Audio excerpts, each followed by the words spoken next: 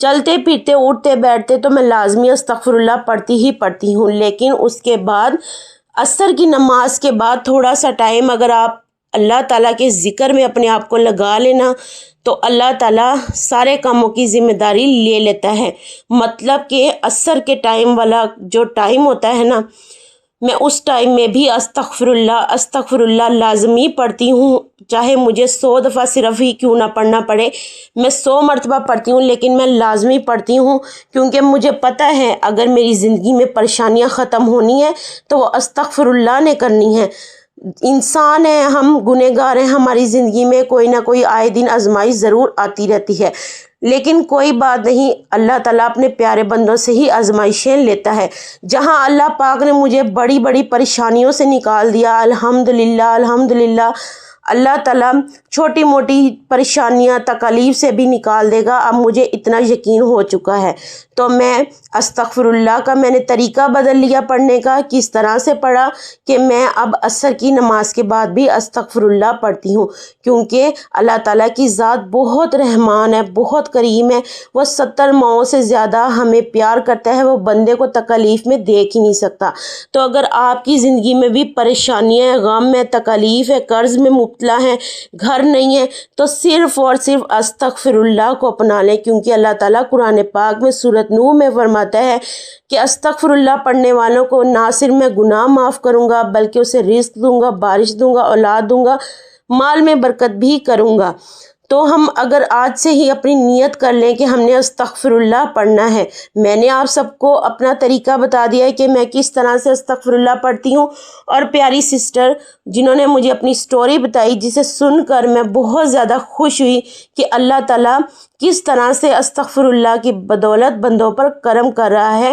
تو میں نے ان کا طریقہ بھی آپ سب کے ساتھ شیئر کر دیا ہے۔ دیکھیں، انسان ہے نا، ہم ہر لمحہ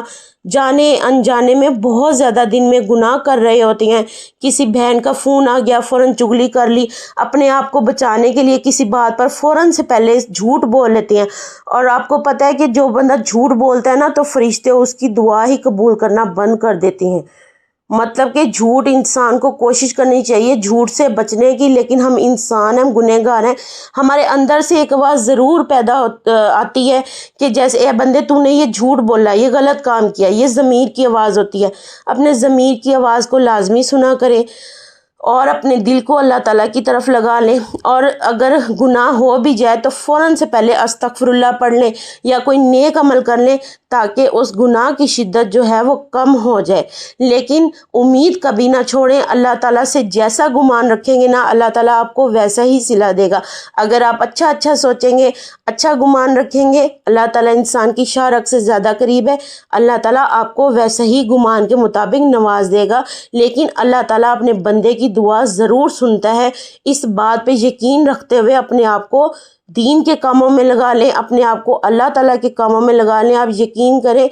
میں آپ کو اپنی بات بتاؤں، میں بہت زیادہ ڈپریشن میں رہتی تھی، بہت زیادہ پریشانیاں میں نے دیکھی ہیں بڑی بڑی،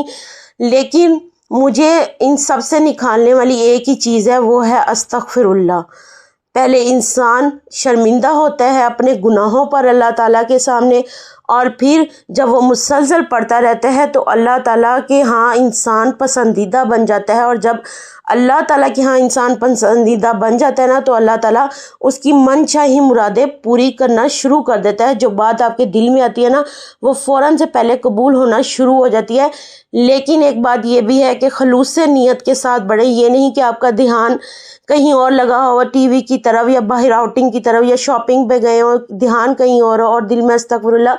زبان اور دل کا کنیکشن بنائیں، دل سے پڑھیں، یا اللہ میں بہت شرمندہ ہوں اپنے گناہوں پر، یا اللہ مجھے معاف کر دے۔ اللہ تعالیٰ سے استغفراللہ پڑھتے پڑھتے ساتھ میں باتیں بھی کیا کریں کہ یا اللہ آپ بہت اچھی ہیں، اللہ تعالیٰ آپ بہت اچھے ہیں، آپ نے اتنا کچھ ہمیں دیا ہے، اتنی نعمتیں دی ہیں۔ اللہ تعالیٰ سے بچے کی طرح ضد کر کے نا، جیسے ایک بچہ اپنی ماں سے ضد کر کے بات منوا لیتا ہے، نہیں مجھے یہ چیز چاہیے، تو اس طرح سے بھی اللہ تعالیٰ اور بندے کا خاص قسم کا تعلق ہوتا ہے۔ تو اللہ تعالیٰ سے اس طرح سے باتیں کیا کریں، یا اللہ مجھے یہ بس یہ چاہیے،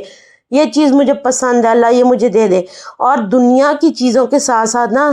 آخرت کی چیزیں بھی مانگا کریں کہ یا اللہ پاک حضور پاک صلی اللہ علیہ وسلم کی شفاعت نصیب فرمانا، حوض کوثر سے پانی نصیب فرمانا پینا، اللہ تعالیٰ جنت میں بی بی فاطمہ کا دیدار کروانا، حسن حسین جنت کے سرداروں سے ملانا، اس طرح کی خواہشیں بھی ہمیں کرنی چاہیے، کیونکہ یہ دنیا دھوکے کا سامان ہے۔ یہاں ہم چند دن ہی زندگی کے گزارنے آئے ہیں، ہمیں نہیں پتہ کہ کل کا دن ہم نے کیا کرنا ہے، ہم نے اس دنیا میں ہونا بھی ہے یا نہیں ہونا۔ یہ اللہ تعالیٰ کا کرم ہوتا ہے کہ رات کو جب ہم سوتے ہیں نا اور صبح اٹھتے ہیں تو اللہ تعالیٰ کا شکر پڑا کریں۔ وہ ہو سکتا ہے وہ رب کریم ہمیں اگلی صبح ہی دیکھنا نصیب نہ فرمائے، تو اپنے دن کو نا آخری دن سمجھ کر عبادت میں زیادہ سے زیادہ گزارنا چاہیے، چھوٹے چھوٹے نیک کام کرتے رہنے چاہیے۔ ہو سکتا ہے وہ ہمارے چھوٹے چھوٹے کام اللہ تعالیٰ کی بارگاہ میں بہت بڑے ثابت ہوں، ہمارے لیے بخشش کا ذریعہ بنے۔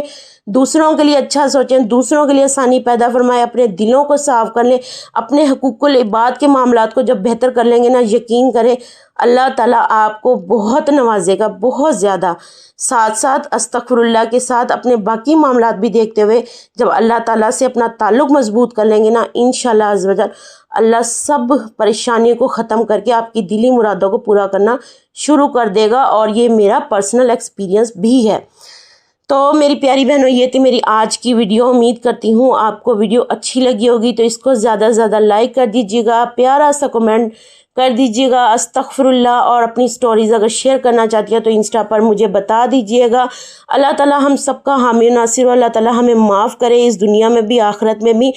اللہ تعالیٰ سرخ روح فرمائے، اللہ تعالیٰ سب کی پریشانیاں دور کرے، اس ویڈیو کو سننے والے کی تمام پریشانیاں غم تکلیف دور فرمائے۔ اپنا خیال رکھیے گا، ملتے ہیں اگلی ویڈیو میں، اللہ حافظ۔